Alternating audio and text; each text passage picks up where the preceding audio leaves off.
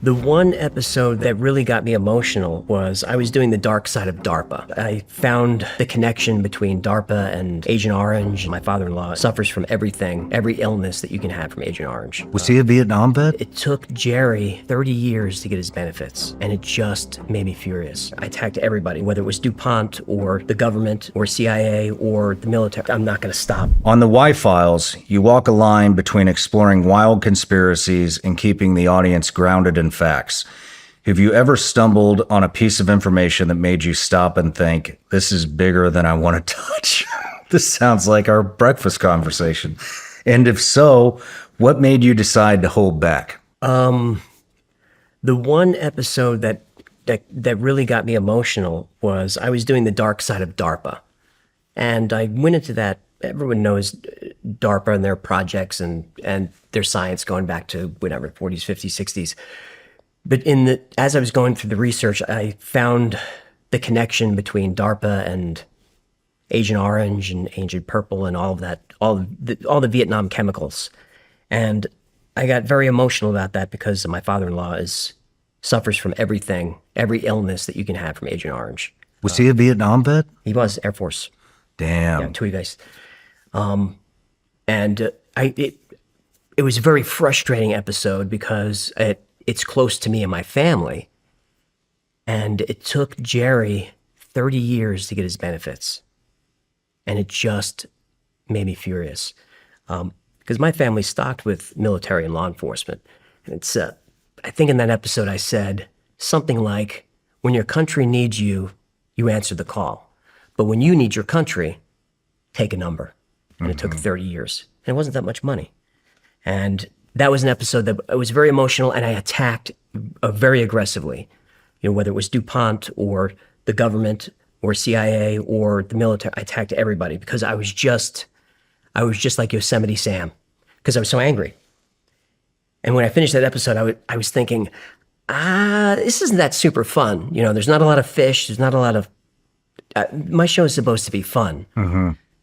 So I wasn't going to release it. And then I just felt it was important and maybe my platform could bring some attention to it. I didn't think anyone would really like that episode.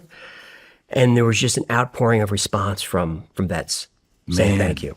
I got to watch. I haven't seen that one. It starts out fun, but it gets kind of dark.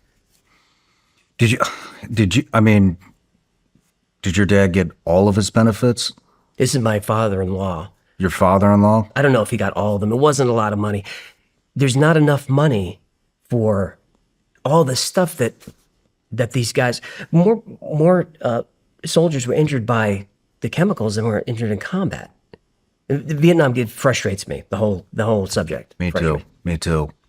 Well, is he still alive? Mm-hmm. Well, I would love to help you get him all of the benefits that he deserves if he needs that. And so a little bit, this isn't supposed to be about me at all, but when I left contracting for the CIA, I had nothing. And my best friend was, who was also a SEAL, and then we contracted together at the agency. He had fallen into heroin addiction, as a lot of vets do. And so I was trying to help him get better and put my whole life aside to make that happen. And so where I started was trying to find out how in the fuck do you get VA benefits, at least get the health care that you're deserved. And it was crazy. And I couldn't get anybody to help me. And then somebody had sent me a contact and said, you should call this woman. Her name's Peggy Matthews, and she's out of Boston. And she is an older woman, has a very small nonprofit, very grassroots, runs it out of the living room of her house, and took me in. And I credit this woman with saving my life and my best friend Gabe's life. Up to a certain point, he did wind up passing from his addiction. But she really took us under her wing and said, I've been doing this for a long time. I want to help the special operations community because nobody understands it inside of the VA. Nobody gives a shit. And then when she got him, she asked me if I would help spread the word throughout the special ops community, and I did that. And now she has helped thousands of special ops guys. And but her real passion is the Vietnam generation. So I will give you that contact. I'll make the connection, and if there's anything that he's not receiving that he's entitled to, he'll get it. I'll find through out. her. And another thing, there is this, you had mentioned something about, there's not enough money. That's fucking bullshit. Every single person that signs up and signs that dotted line to go into the military and serve this country, that money is already set aside for you up to 100% disability plus more. And so he's already entitled to it. It's just navigating the way to get there, and she's mastered it. So I'll give you that connection. That'd be nice. It seems like the system is set up to be confusing, especially if you're an older guy and you're sick and you're just, trying to make your mortgage. I mean, come on. Yeah, it's insane. It's insane how this country continues to treat the veterans that have served it from the beginning all the way up until this point. And it's a real travesty. But so DARPA was involved in Agent Orange and all this stuff? Yeah, I mean, DARPA was involved in so many dark projects going back to the beginning. Spring cleaning season is here, and I'm most excited to finally ditch my old deodorant. I just started using Mando whole body deodorant, and I'm not going back. From the founders of Lumi, Mando was created by a doctor who saw firsthand how normal body odor was being misdiagnosed and mistreated. It's clinically proven to block odor all day and control it for up to 72 hours. And get this, it's proven to control odor better than a shower with soap alone. Safe to use anywhere on your body, pits, balls, feet, wherever you need it. It's baking soda free, paraben free, and aluminum free. Honestly, I was skeptical at first. I've tried a lot of deodorants, and they all kind of do the same thing. But Mando, it's just different. I've been using it all over, and I do mean all over, and I'm not getting that end of the day funk that I used to. You can find Mando at Walmart, Target, and retailers across the country. If you want to try America's #1 whole body deodorant formula, now's the time. New customers get 20% off site-wide with our exclusive code. Use code SRCLIPS at shopmando.com for 20% off site-wide. Some men mask their body odor with scents. Mando men get the job done right. Don't mask it, Mando it. Use code SRCLIPS at shopmando.com for 20% off site-wide. That's SHOPMANDO.com. Please support our show and tell them we sent you. Well, that got heavy quick. I know, we got right into the deep water. Damn. Instead of the fish. But so I want to talk. Where did you come from? How did the Y-Files start? I guess I'll skip 20 years. Born in the Bronx, raised around New York City, Long Island, and back east was dabbling in stand-up and acting and voice work, and finally landed a decent gig in radio, working for MTV. You're not old enough. You were working for MTV? MTV and VH1 in early 2000s. So was doing that, and then came out to LA to work for Playboy Radio on Sirius XM. You're too young to remember that, but Sirius XM was a thing. And, I'm not as young as you think I am. I must look young today. I'm going to have to wear this more often. So I was always around like show business, but always on the outside. Radio is like that's like the lowest rung. It's like there's like radio and then there's open micers. So I was always kind of on the outside, but I wanted to be a host. I wanted to be an on-camera host. I took classes and a lot of training. I did very well. Was auditioning a little bit. Nothing really landed, and just kind of slipped away from it. And then over the course of the next maybe 10, 15 years through a couple of different businesses that were always launched with my wife, Jen, and my brother, Gino. We opened a podcast studio around 2014. Can I backtrack real course. quick? So you were trying to make it in the entertainment industry, and they stiff-armed you. And 4 years after you start a podcast, you're consistently in the top fucking 10. How hilarious is that? I hate the entertainment industry. I spent 20 years. You're the perfect example of what they missed. Like, how the fuck did you miss this one?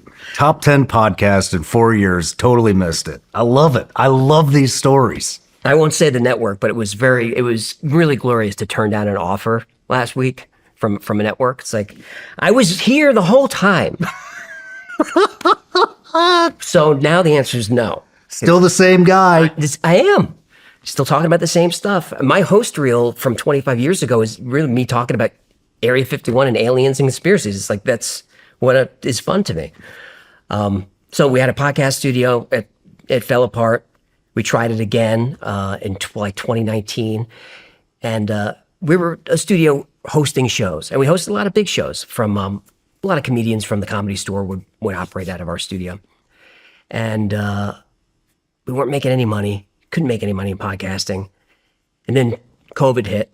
And then, Jen comes to me and says, they're going to lock down the city and all businesses are going to close. And I'm like, they can't do that. I said, don't listen to the media. They can't do that. It's against every law and constitution. We're going to be fine. She's like, I think they're going to do it. And they did it. I'm in Los Angeles and our studio is on Sunset, so the story gets worse.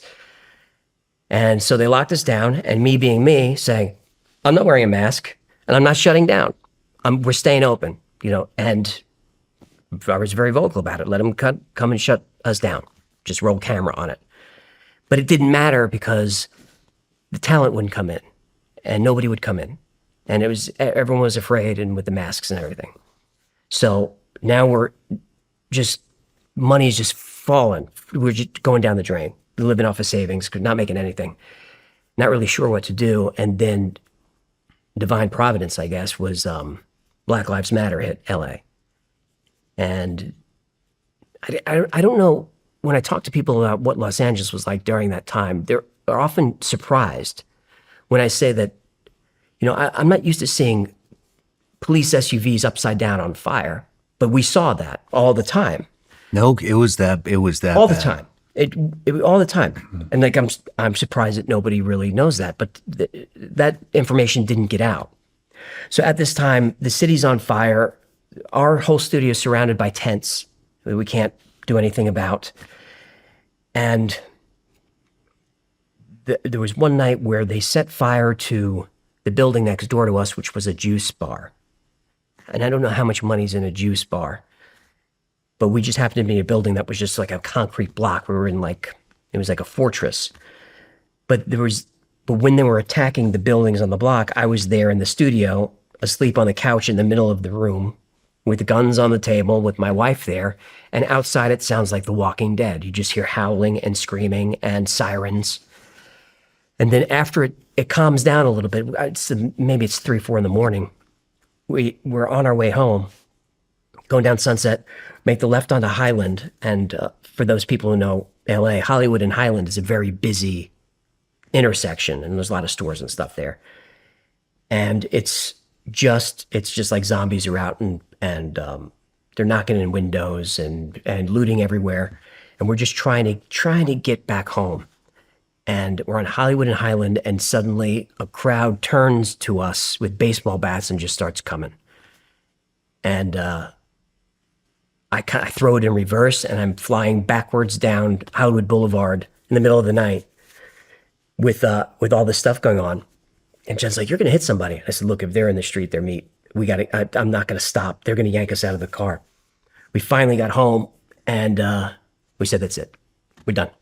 We're leaving. LA is done."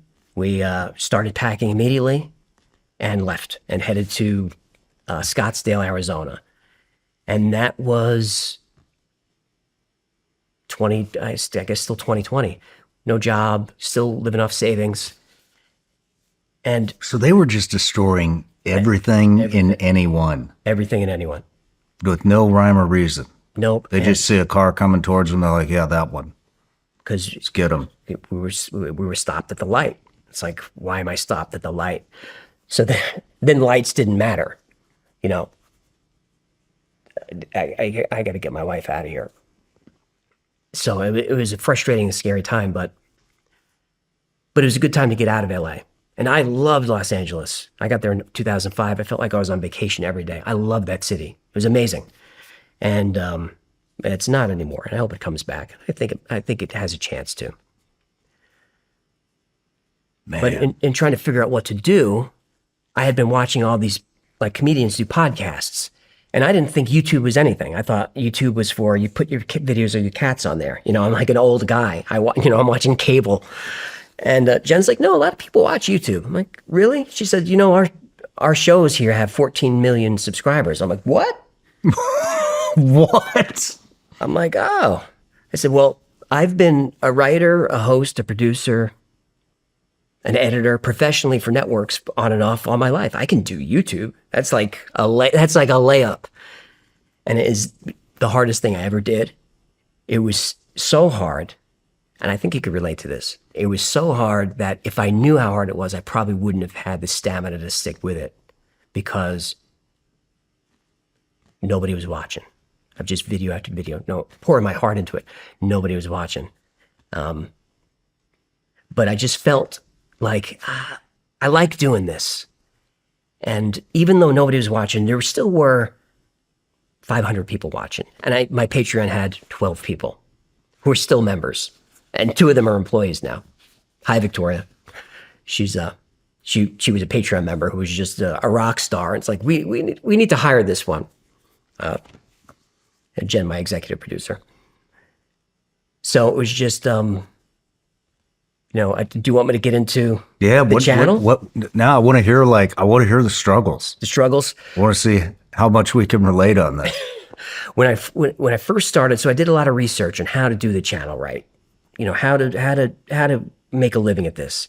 And I wasn't looking to be 5 million subscribers. I don't even know why so many people watch. I'm still feel like I'm a scrappy little channel.